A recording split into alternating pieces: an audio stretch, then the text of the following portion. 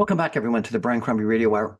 I want to close tonight with a couple of thoughts about the Truth and Reconciliation Day and this issue that we've been discussing today, because I think it really is one of the most important issues about Canada that we've got to come to terms with.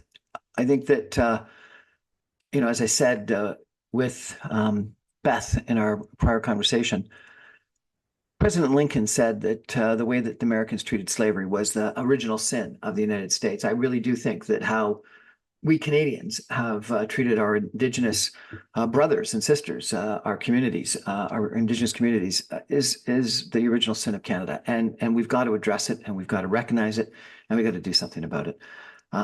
Just over the course of the last week, I've had several conversations with people that have said, why don't we have clean drinking water?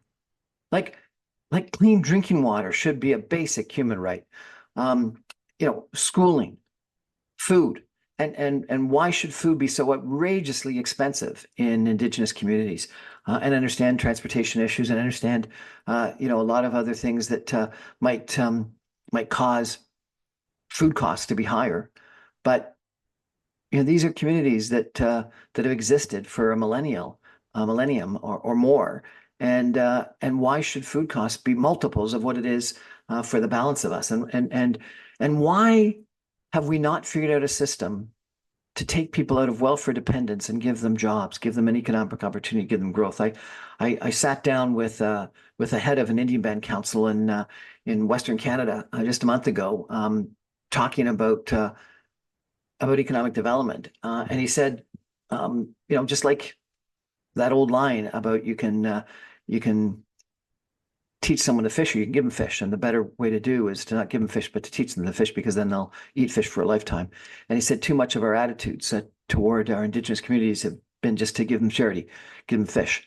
And they become reliant on that rather than allow them to have the wealth from land claims and other things, such that they can invest in economic development and job creation. I think that one of the things that I really like about the conversation with Beth is she's exposed herself to and got involved in and learned from our Indigenous communities. Not enough of us do that. I think, too often, maybe we'll at some festival or some event watch a rain dance and think, oh my God, that's interesting and cute. But to actually understand something about their culture, about their people, about their concept of seven generations back and seven generations forward, and the connection between the land, the sea, the air, etc., the important stewardship that they feel they have over the land. I could go on, but I wish I could go on, because I wish I knew more. My son, as I mentioned, had a real experience with Indigenous spiritualism and sweat lodges, and it profoundly impacted him. It changed him. I ended up meeting and interviewing on a show someone who ran an Indigenous experience center in Fort Edmonton in Edmonton. And she was a person that was exposed to and involved in, not directly, but through her parents and residential schools, and so knew the issue very intimately and spoke about it with an incredible degree of disgust and passion about what needed to be done to solve that issue. And this issue of intergenerational trauma, I think, is very real. And she spoke about that this is something that impacted her grandparents, and she felt it impacting her today. And some people have questioned this idea of intergenerational trauma. I've just met too many people that have been impacted by what happened to their parents, what happened to their grandparents, what happened to their great-grandparents, whether it be starvation or racism or genocide, cultural or otherwise. So I think that we need to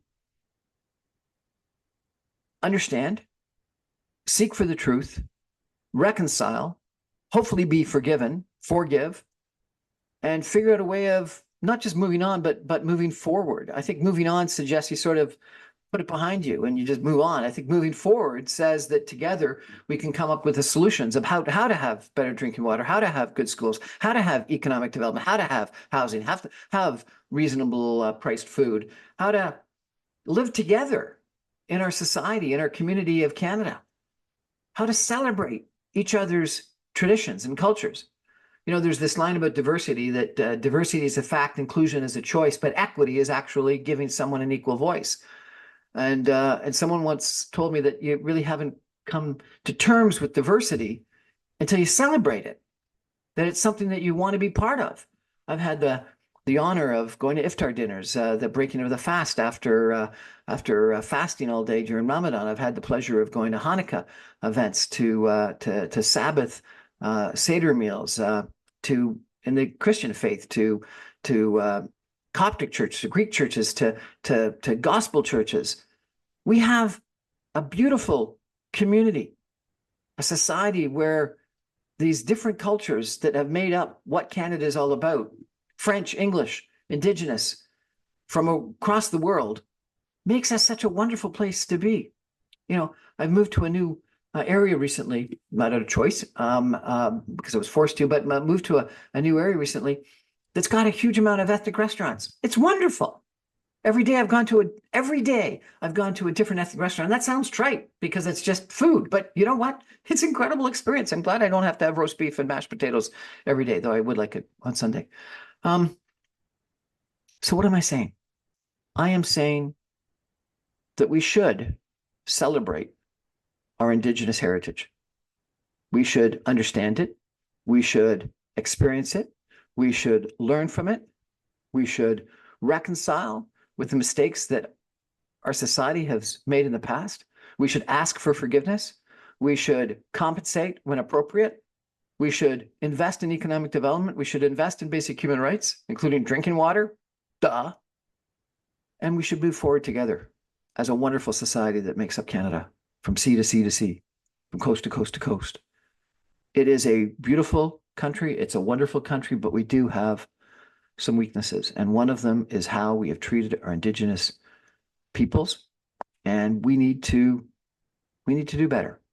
And I think that's what Beth has done. She's done a lot better. That's what I've tried to do. And I've done a little bit of it. I want to do more.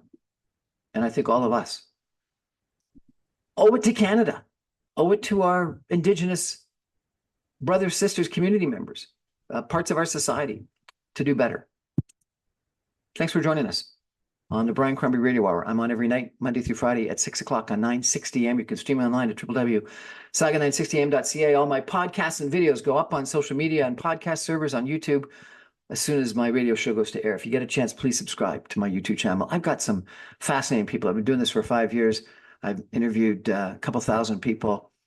It's been a real treasure in my life. And meeting different people from different walks of life, from different races, from different religions, from different geographies, from different backgrounds, from different political vantage points. It's been fantastic. And I hope to share some of that with all of you. Good night, everybody.